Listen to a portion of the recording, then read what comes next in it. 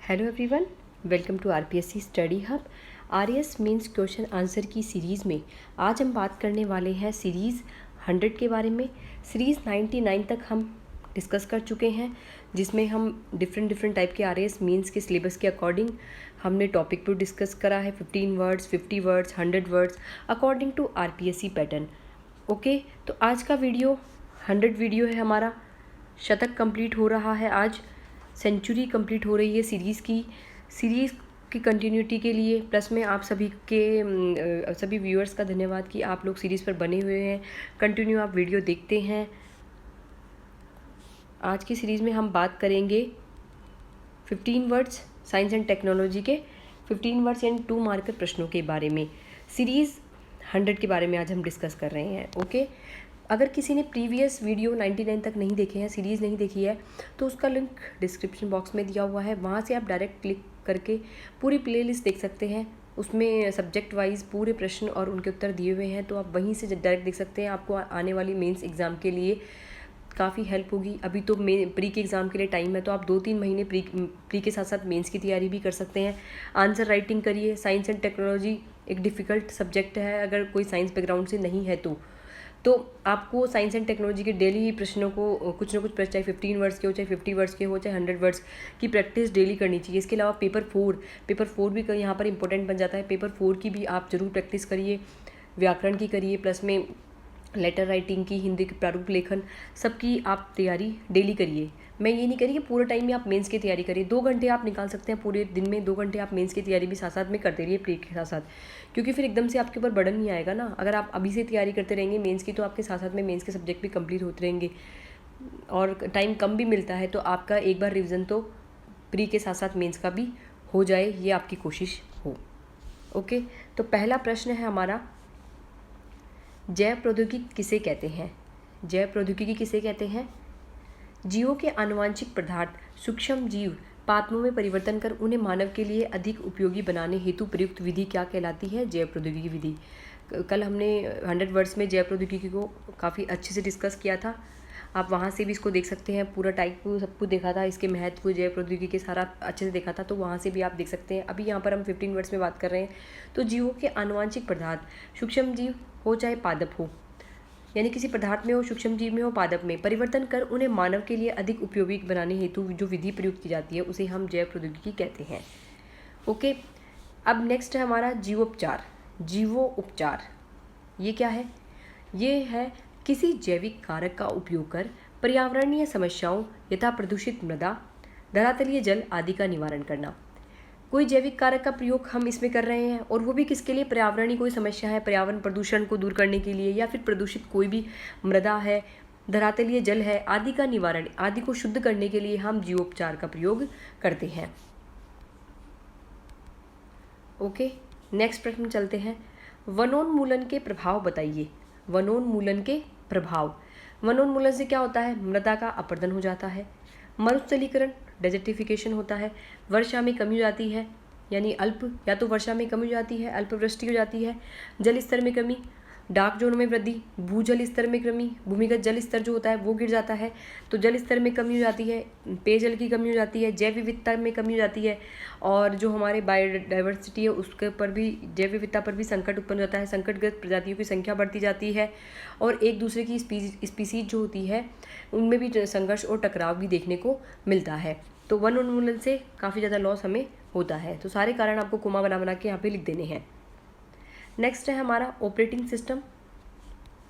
Operating system क्या है? OS, sorry,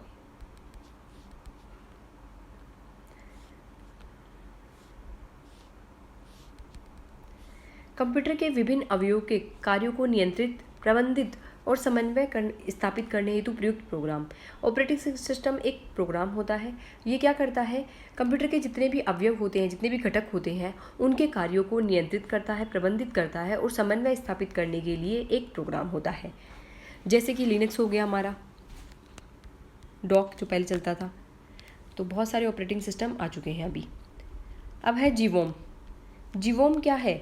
विस्तृत भौगोलिक क्षेत्र में एक निश्चित स्पष्ट लक्षण युक्त पादप एवं जंतुओं का समूह है। जीवोम क्या होता है? कोई भी एक भौगोलिक क्षेत्र है जिसका एरिया क्या है? विस्तृत है, काफ़ी विस्तार में है, जगह फैला हुआ है, तो उसमें एक निश्चित स्पष्ट लक्षण युक्त पादप होते हैं, जिनका लक्षण क्या होता है, बिल्कुल स्पष्ट होता है ऐसा पादप, और जंतु जिनका स्पष्ट लक्षण होता है, दोनों कई पादप और जंतुओं का ऐसा समूह होता है, उनको हम क्या बोलते हैं, जीवोम, जो पर्टिकुलर एक क्षेत्र विशेष में पाए जाते हैं। उन्हीं क्षेत्र की विशेषताओं, उन्हीं की अनुसार उनकी अनुकूलता पाई जाती है।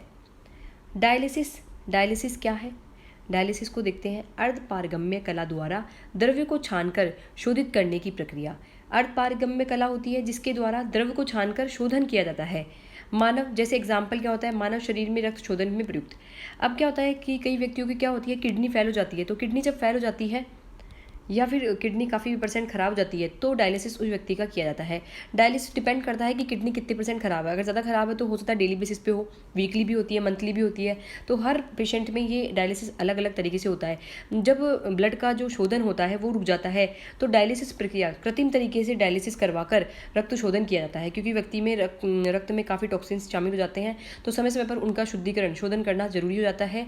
जो अवांछित तत्व होते हैं उनका रक्त से बाहर निकालना जरूरी होता है, नहीं तो व्यक्ति की मृत्यु भी हो सकती है और काफ़ी हार्मफुल होता है। इसलिए व्यक्ति को जिंदा रहने के लिए डायलिसिस कराना पड़ता है जिनकी किडनी फेल हो जाती है। तो अर्धपारगम्य कला द्वारा द्रव्य को छानकर शोधित करने की प्रक्रिया होती है। मानव शरीर में रक्त शोधन में ये प्रयुक्त होता है। नेक्स्ट है हमारा बायोनोमिक्स। बायोनोमिक्स क्या है? जीव जंतुओं और पौधों का वातावरण के साथ संबंध के अध्ययन को हम क्या बोलते हैं? बायोनोमिक्स। जीव हो गए, जंतु हो गए, और पौधों का वातावरण के साथ जो संबंध है उसके अध्ययन को ही क्या बोलेंगे? बायोनोमिक्स बोलते हैं। जीव जंतु और पौधों का वातावरण के साथ अध्ययन, उसको हम बायोनोमिक्स बोलेंगे। नेक्स्ट है हमारा आईपीवी।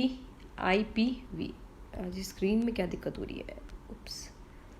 आईपीवी क्या है? आईपीवी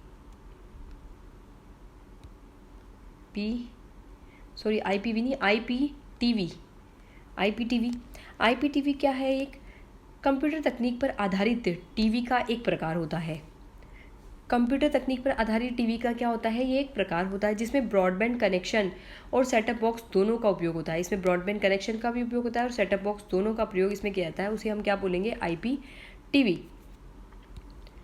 नेक्स्ट है हमारा पूर्ण आंतरिक परावर्तन। पूर्ण आंतरिक परावर्तन, इसका क्या हो जाएगा? प्रकाश की किरण का सघन माध्यम से विरल माध्यम में जाने पर एक निश्चित कोण, क्रांति कोण से अधिक होने पर पुनः प्रारंभिक माध्यम में लौटना पूर्ण आंतरिक परावर्तन कहलाता है। तो पूर्ण आंतरिक परावर्तन क्या होगा? कि प्रकाश की किरण जब सघन माध्यम से विरल माध्यम में प्रवेश करती है, तो विरल माध्यम में प्रवेश करने पर एक निश्चित कोण, क्रांतिक कोण से अधिक होने पर पुनः प्रारंभिक माध्यम में लौट आती है, तो उसे ही हम क्या बोलते हैं? पूर्ण आंतरिक परावर्तन। अब पूर्ण आंतरिक परावर्तन कब होता है? जब आपतित कोण क्रांतिक कोण से अधिक होता है, यानी जो सघन माध्यम में जाएगा तो एक निश्चित कोण, यानी दो तरह के कोण बनते हैं, एक तो बनता है आपतित कोण, एक क्रांतिक कोण। जब आपतित कोण का मान क्रांतिक कोण से अधिक होगा जब ही पूर्ण आंतरिक परावर्तन होगा। अब इसका बेस्ट एग्जाम्पल क्या हो सकता है? बेस्ट एग्जाम्पल जो भी करंट में यूज़ किया जा रहा है, फाइबर ऑप्टिकल प्रकाश तंतु में इसका प्रयोग किया जा रहा है। इसमें वर्तमान में इसका प्रयोग किया जा रहा है। तो इसमें एक तो ये शर्त ये हो गई कि सघन माध्यम से विरल माध्यम में जाएगा, यानी सघन माध्यम से कम प्रकाश के रूप में जाएगा, तब तो ये क्या हो गया हमारा? पूर्ण आंतरिक परावर्तन। साथ ही आपतित कोण का मान क्या होगा? क्रांतिक कोण से अधिक होगा। तो दो शर्तों का यहाँ पर पालन करना जरूरी होता है। अब ये पूर्ण आंतरिक परावर्तन की घटना है हीरे में पाई जाती है, क्योंकि हीरा जब चमकता है तो उसका क्रांतिक कोण कुछ ही होता है, तो हीरा जब चमकता है तो उसमें भी पूर्ण आंतरिक परावर्तन की घटना उसमें पाई जाती है। ओके, और भी बहुत सारे एग्जाम्पल है जहाँ पर आप देख सकते हैं कि पूर्ण आंतरिक परावर्तन कहाँ कहाँ होता है, तो आप और भी सर्च कर लीजिएगा कि पूर्ण आंतरिक परावर्तन कहाँ होता है। इसके अलावा अगर हम मृग तृष्णा जिसको हम बोलेंगे, मृग मरीचिका जिसको बोलेंगे, तो कई बार मृग मरीचिका भी हमें देखने को मिलती है, वो भी इसका उदाहरण है। हीरे की चमक है, वो भी इसका उदाहरण है। ऑप्टिकल फाइबर केबल, ये भी इसी का उदाहरण है। तो ये सारे एग्जाम्पल ही क्या है? पूर्ण आंतरिक परावर्तन के हैं। नेक्स्ट हम चलते हैं lichen.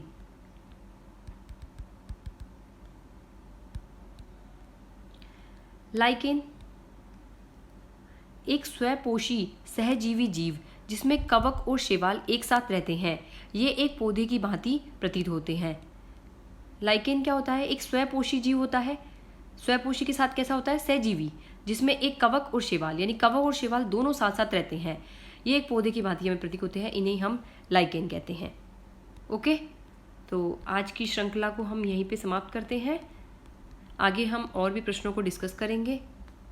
So thank you for watching this video.